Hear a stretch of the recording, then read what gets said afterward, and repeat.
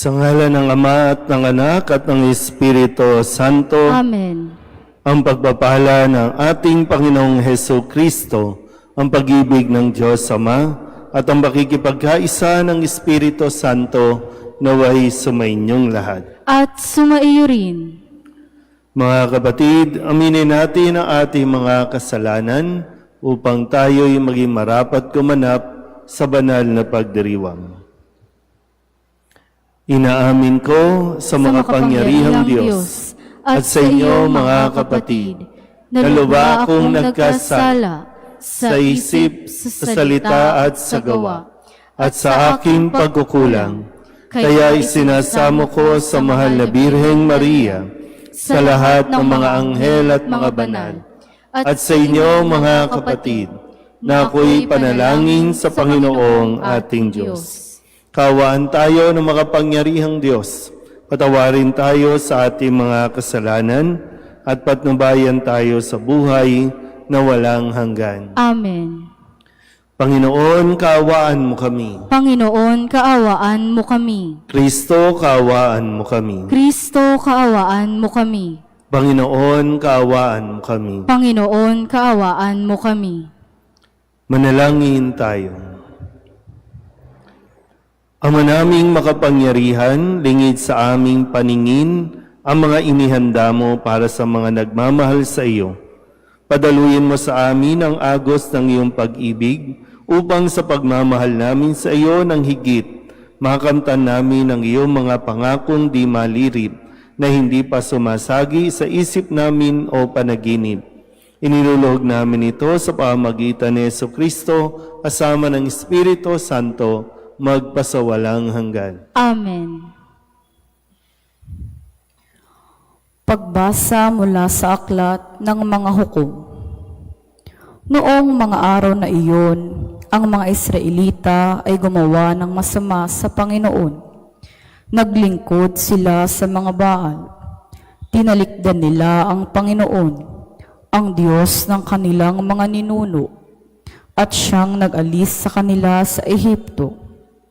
Naglingkod sila at sumamba sa mga Diyos-Diyosan ng mga bayan sa paligid.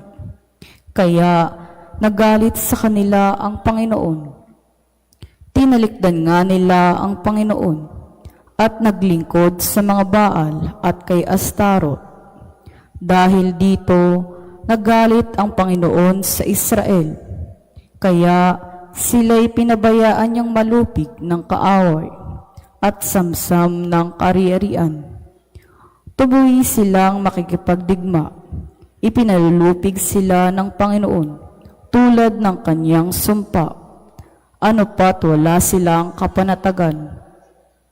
Ang Israel ay binigyan ng Panginoon ng mga hukom upang magtanggol sa kanila.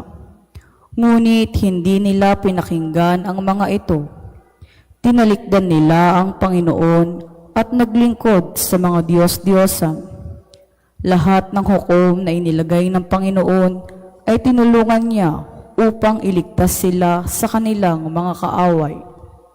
Nababagbag ang kanyang kalooban dahil sa kanilang mga daing, bunga ng hirap na dinaranas nila. Ngunit pagkamatay ng hukom na inilagay niya, ang mga Israelita ay nagbabalik sa pagsamba sa mga Diyos-Diyosan.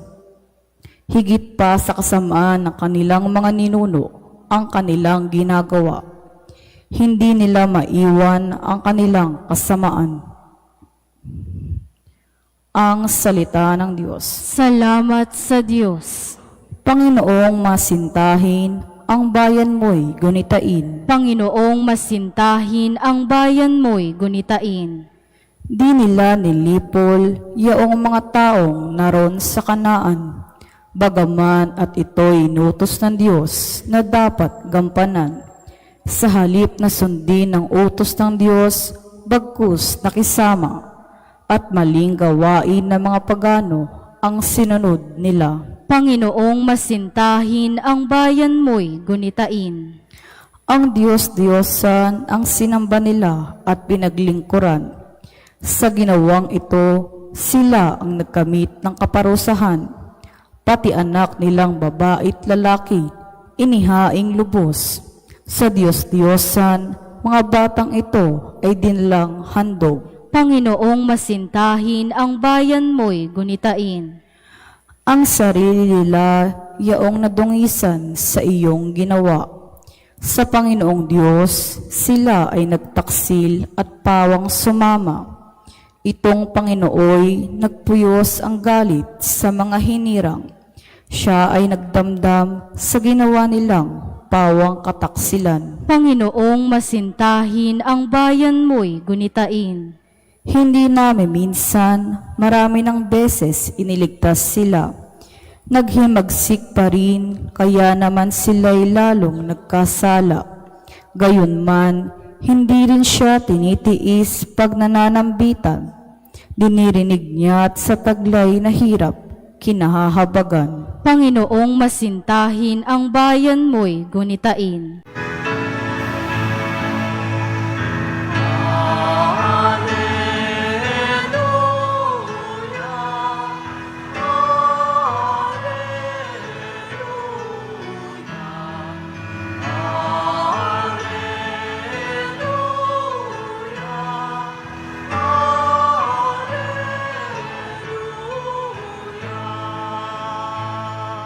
Mapalad ang mga dukha na tanging Diyos na lumikha, ang pag-asa at adhika.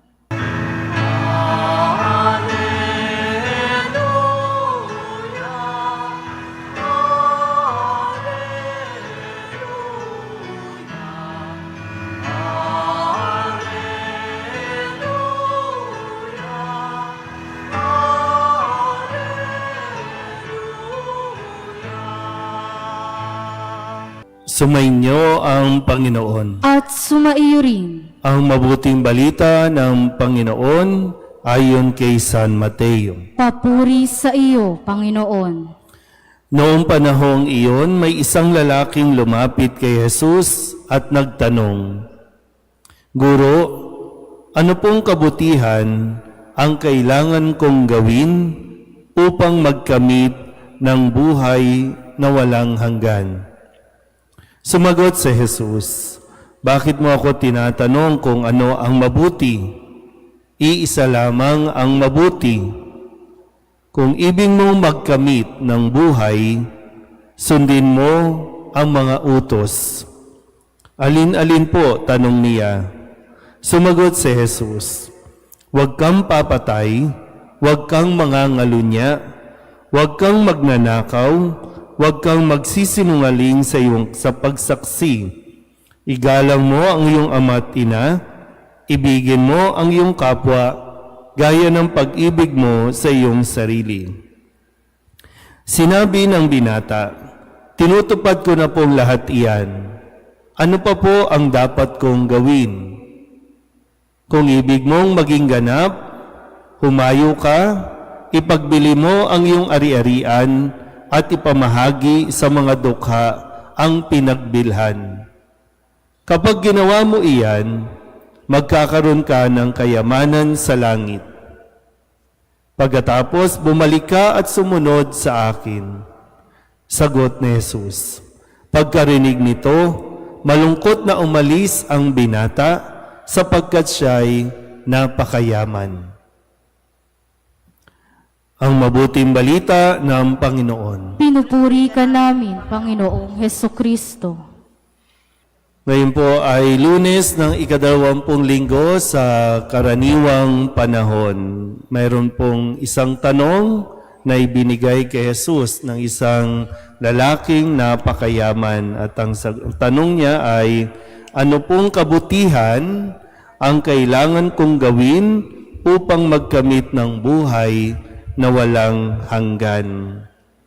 Naiisip ba natin ito? Kung yung usapin tungkol sa buhay na walang hanggan, naiisip ba natin o iniisip ba natin kung tayo ba ay makakapasok sa langit, makakarating sa langit? Kasi pag sinabing langit, buhay na walang hanggan.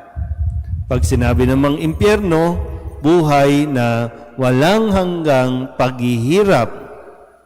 Buhay ka pero habang buhay kang naghihirap sa langit, buhay ka at talagang yung buhay ay mararanasan mo ng walang hanggan. So sabi ng lalaki, o ang tanong ng lalaki, paano po magkakamit ng buhay na walang hanggan? Mabuting tao yung lalaki. Mayaman yung lalaki.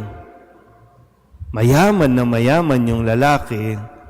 Pero bakit sa kabila niyan, ang tanong niya ay, paano magkakamit ng buhay na walang hanggan?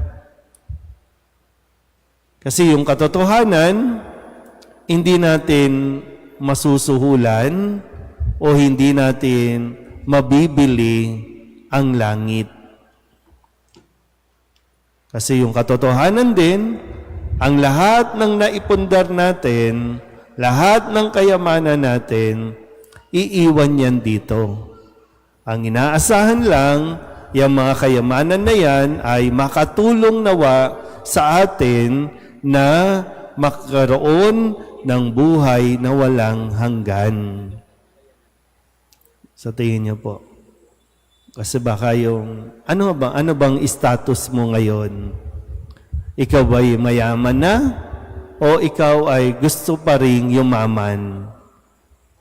Iba din yung gusto mong yumaman sa gusto mo pang yumaman. Pero hanggang saan? Kasi walang katapusan ang hangarin ng tao na maging mayaman. Walang katapusan yan. Yung dati, akala mo okay ka na meron kang 1 milyon.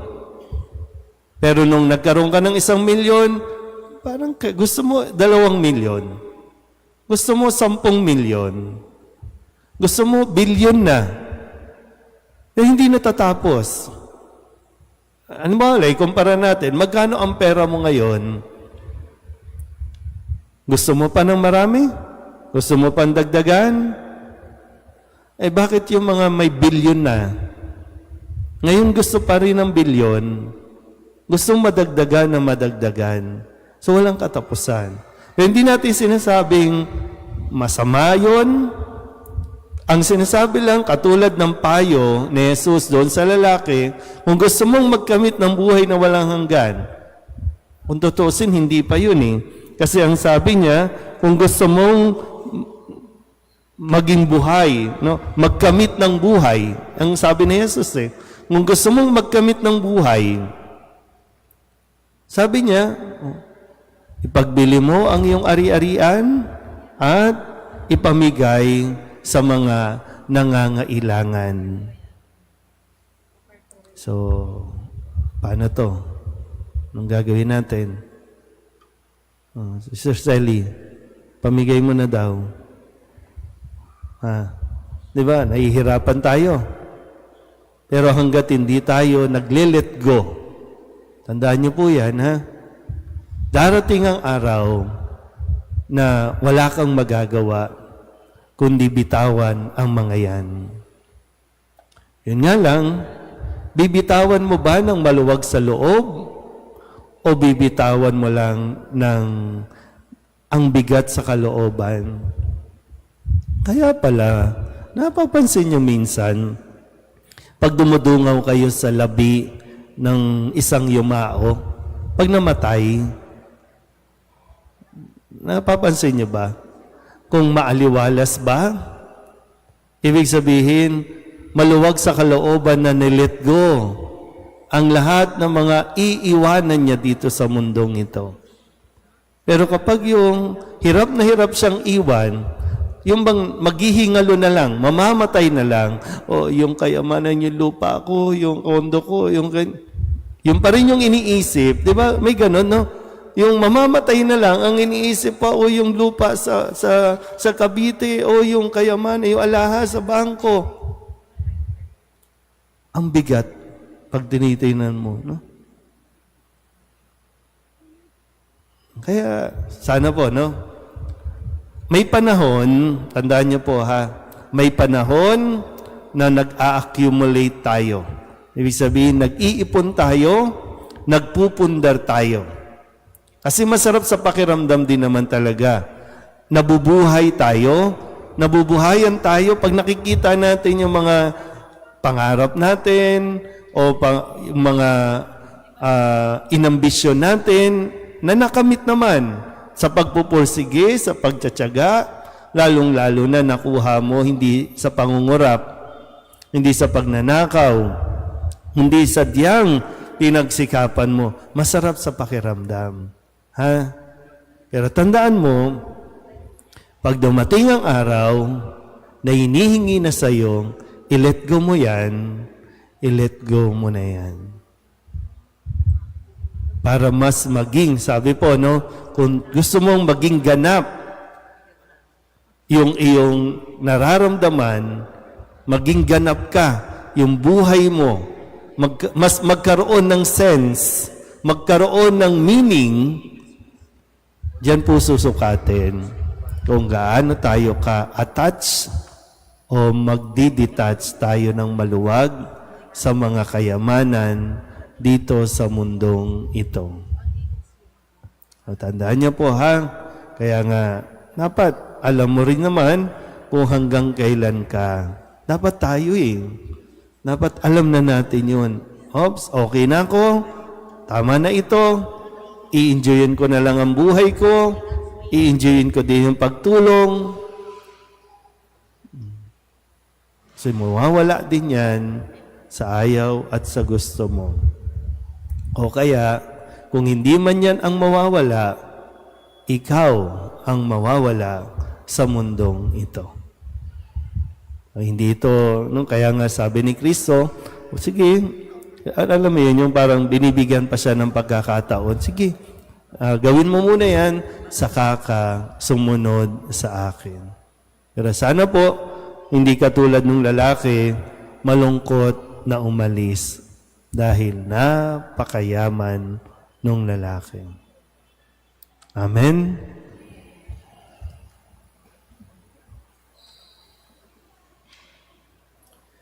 Hinahamon tayo ni Jesucristo na ipagpalit ang mga material na kayamanan ng mundong ito sa kanyang walang hanggang karunungan. Ang ating mga panalangin naway makatulong sa ating pagpasok sa kanyang kaharian.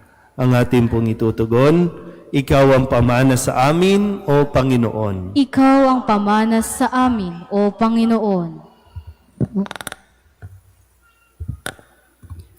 Ang simbahan naway mapalaya ang mga lalaki at babae sa epekto ng materialismo at kahangalan. Manalangin tayo sa Panginoon. Ikaw ang pamana sa amin, O Panginoon. Ang mga pinuno ng gobyerno naway huwag isakripisyo ang kanilang prinsipyo sa kapangyarihan, tagumpay at ambisyon, at sa halip isulong nila ang dangal at halaga ng Ebanghelyo.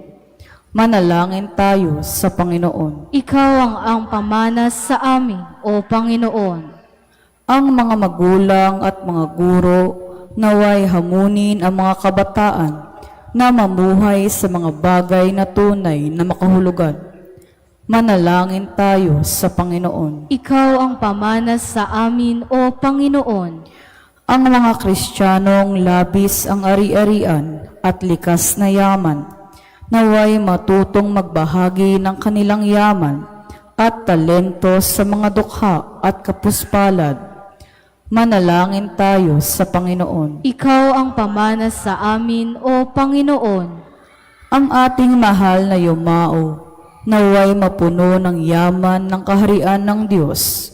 Manalangin tayo sa Panginoon. Ikaw ang pamana sa amin, O Panginoon.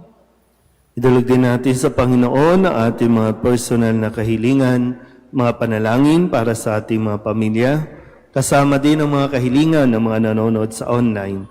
Lahat ng mga misang pasasalamat, special na intensyon, agarang paggaling ng mga may sakit, at ang lahat ng mga kaluluwa na iniling na ipagdasal sa misang ito.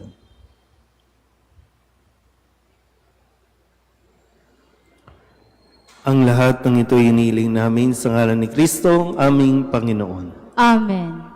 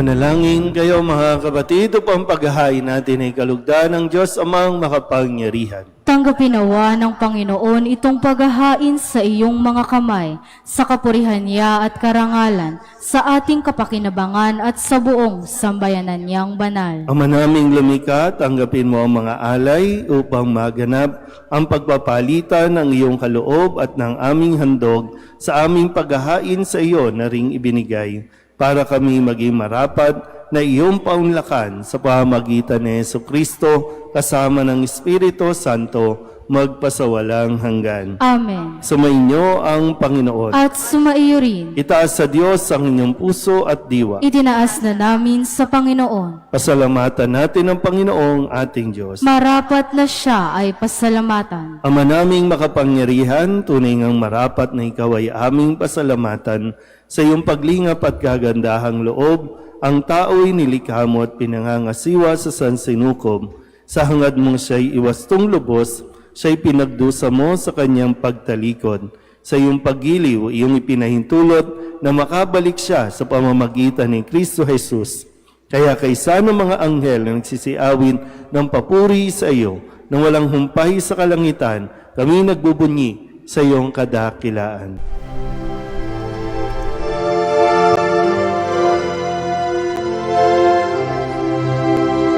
Santo, Santo, Santo, Panginoong Diyos makapangyarihan, napupuno ang langit at lupa ng kalwalhatian mo. Hosana sa kaitaasan, pinagpalang na paririto sa ngalan ng Panginoon. Hosana sa kaitaasan.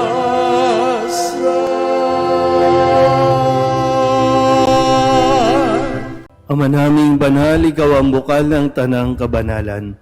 Kaya't sa pamamagitan ng iyong Espiritu, gawin mong banal ang kaloob na ito upang para sa aming maging katawan at dugo ng aming Panginoong Hesu Kristo. Bago niya pinagtiis ang kusang loob na maging handog, inawakan niya ang tinapay, pinasalamatan kaniya. Pinaghati-hati niya iyon, iniabot sa kanyang mga alagad at sinabi, "Tanggapin ninyong lahat ito at kanin, ito ang aking katawan na ihahandog para sa inyo."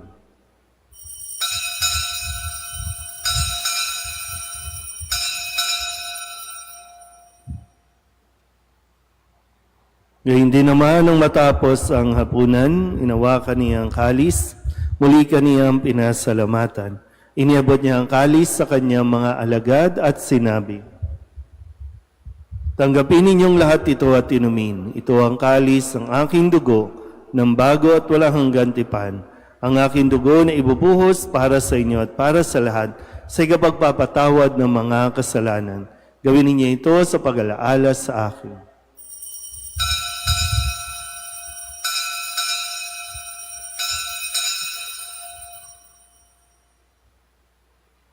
Ipagbunyi natin ang misteryo ng pananampalataya. Si Kristo'y namatay, si Kristo'y nabuhay, si Kristo'y babalik sa wakas ng panahon. Ama, ginagawa namin ngayon ang pag-alaala sa pagkamatay at muling pagkabuhay ng iyong anak.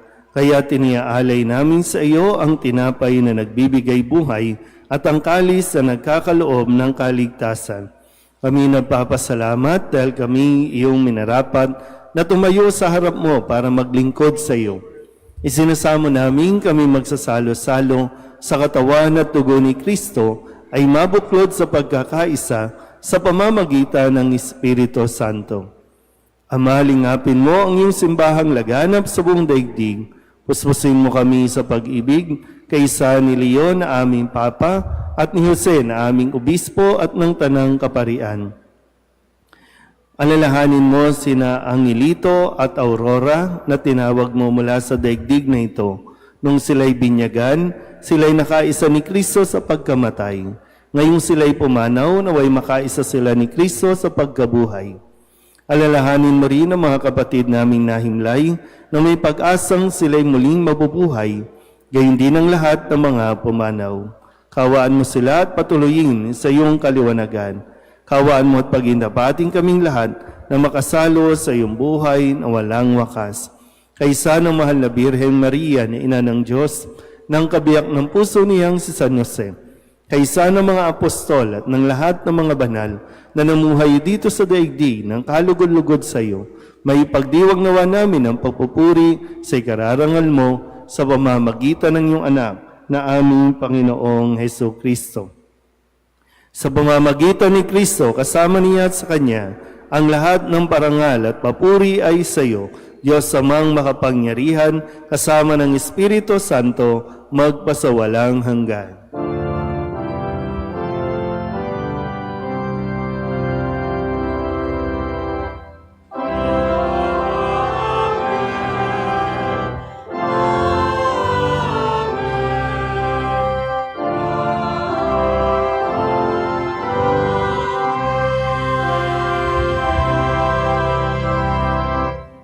Sa tagabili ng manakagagaling na utos at turo ni Jesus sa Panginoon natin na Diyos, ipahayag natin ang lakas loob.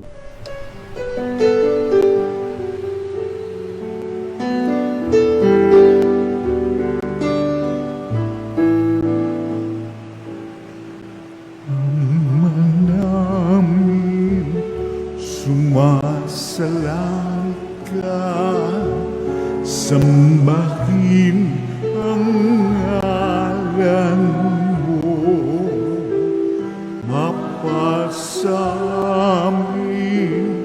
ang kaharian mo, sundin ang loob mo dito sa lupa para nang sa langit. Bigyan mo po kami ngayon ng aming kakanin sa araw-araw at patawarin mo kami sa aming mga sala para ng pagpapatawan namin sa nagkakasala sa amin, at huwag mo kaming ipagdulot sa tukso, at yadya mo kami sa lahat ng masama. Hinihiling namin kami iadya sa lahat ng masama, pagkalooban ng kapayapaan araw-araw, iligtas sa kasalanan at ilayo sa lahat ng kapahamakan, samantalang aming pinananabikan ang dakilang araw ng pagpapahayag ng tagapagligtas naming si Hesu Kristo. Sapagkat iyo ang kaharian at ang kapangyarihan at ang kapurihan magpakailanman. Amen. Panginoong Hesu Kristo, sinabi mo sa iyong mga apostol, kapayapaan ang iniiwan ko sa inyo, ang aking kapayapaan ang binibigay ko sa inyo. Tunghayan mo ang aming pananampalataya at huwag ang aming mga pagkakasala. Pagkalooban mo kami ng kapayapaan at pagkakaisa ayon sa iyong kalooban, kasama ng Espiritu Santo, magpasawalang hanggan. Amen. Ang kapayapaan ng Panginoon ay laging sumainyo. At sumaiyo rin. Mabigayan po tayo ng kapayapaan sa isa't isa.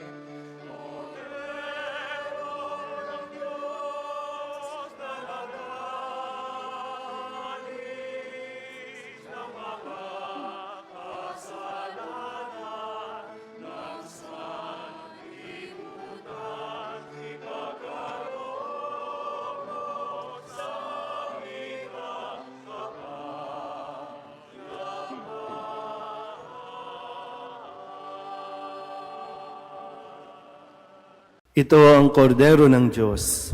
Ito ang nag-aalis ng mga kasalanan ng sanlibutan.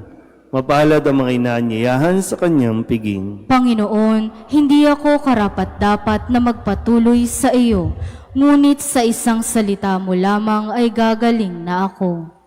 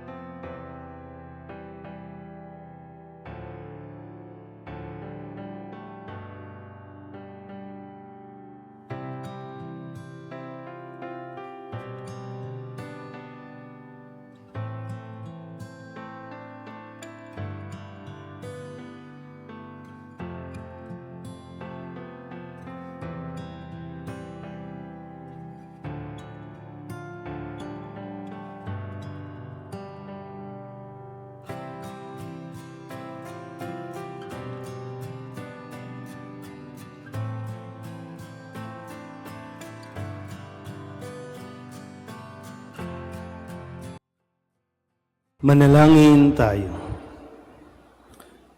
Ama naming mapagmahal, sa banal na pakikinabang, si Kristo ay aming pinagsaluhan.